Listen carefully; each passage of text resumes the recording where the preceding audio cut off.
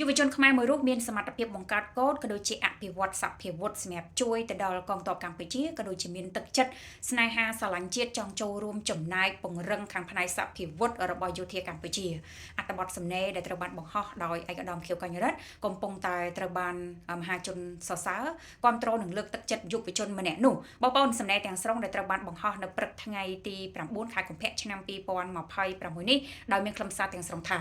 លិខិតមួយពីក្មួយសុកចក្រពេជ្រក្មួយគោរពជំរាបសួរលោកអ៊ំក្មួយសូមអភ័យទោសដែលបានឆាតទៅរំខានលោកអ៊ំនិងសម្ងាត់ក្មួយបានបញ្ចប់ការសិក្សាកម្រិតវិស្វករមកភ្ជុំយានយន្តបច្ចុប្បន្នជាអ្នករកស៊ីជីវភាពមកភ្ជុំប៉ុន្តែរាល់ថ្ងៃឈឺបេះដូងព្រោះឈឺចាប់នឹងការឈ្លានពានក្មួយបានស្រាវជ្រាវរកឃើញកូដនិងអភិវឌ្ឍឧបករណ៍សម្រាប់អភិវឌ្ឍសភាវុធនិងមានប្រយោជន៍ពិតដល់កងទ័ពនិងអាចការពារជាតិបានក្មួយចេះកម្មវិធី software ច្បាស់សម្រាប់វាដូចជារចនា Diag SolidWorks C++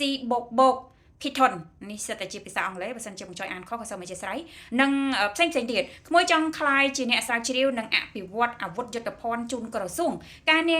រនេះក្មួយបានព្យាយាមតាក់ទងថ្នាក់លើប៉ុន្តែហាក់ពុំមានការឆ្លើយតបនោះទេព្រោះក្មួយស្រឡាញ់និងអាណិតជាតិមិនចង់បានប្រយោជន៍អ្វីពីជាតិនោះឡើយចង់បម្រើសមត្ថភាពពិតជាប្រយោជន៍ជូនជាតិសូមលោកអ៊ំមេត្តាជួយណែនាំក្មួយទៅកាន់ក្រសួងផងបានទេក្មួយអាចបង្កើតរ៉ូបូតប្រយុទ្ធ Sniper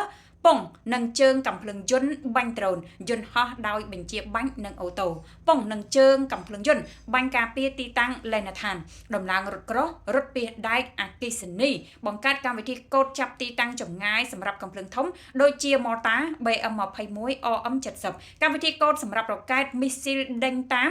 ដំឡើងបន្ថែមយន្តតម្របាញ់កំភ្លើងធំដោយ GPS និងមានច្រើនទៀតលោកអ៊ំម្យ៉ាងឲ្យតែមានទាហានជំនាញប្រាប់បង្ហាញបញ្យលបន្ថែមខ្ញុំអាចធ្វើបានមានប្រសិទ្ធភាពលោកអ៊ំប្រសិនបើក្មួយអាចបានជួបថ្នាក់លើក្មួយមានឱកាសបញ្យលនិងបង្ហាញគម្រោងទៅកាន់ពួកគាត់នោះពួកគាត់នឹងចាប់អារម្មណ៍ពួកគាត់អាចតេស្តសមត្ថភាពរបស់ក្មួយផ្ទាល់បានសូមលោកអ៊ំមេត្តាជួយក្មួយដើម្បី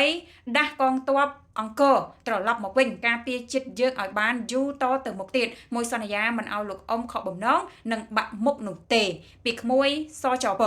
នេះសំណេរដែលលោកពូឯកឧត្តមខៀវកញ្ញរិទ្ធគាត់បានបង្ហោះនៅក្នុងគណនី Facebook ផ្លូវការរបស់គាត់ដែលប្រជាពលរដ្ឋរបស់យើងបានឃើញហើយ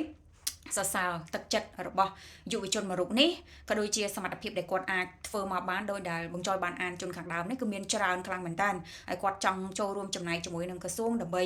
អភិវឌ្ឍនៅអ្វីដែលគាត់រកឃើញនៅអ្វីដែលគាត់អាចរកបានប៉ុន្តែมันមានឱកាសអញ្ចឹងហើយបានគាត់ឆាតទៅលោកពូឯកឧត្តមខៀវកញ្ញរិទ្ធដើម្បីអាចជួយគាត់បានអញ្ចឹងណាបងប្អូនហ្នឹងហើយអញ្ចឹងបងចយសុំពំនាំនៅសាច់រឿងនេះយកមកជម្រាបជូនបងប្អូនយើងត្រឹមប៉ុណ្នេះលោកអ្នកស្ដាប់ហើយយកឃើញណាអាចខមមិននៅការចូលរួមបានបន្ថែមដូចគ្នាផងដែរ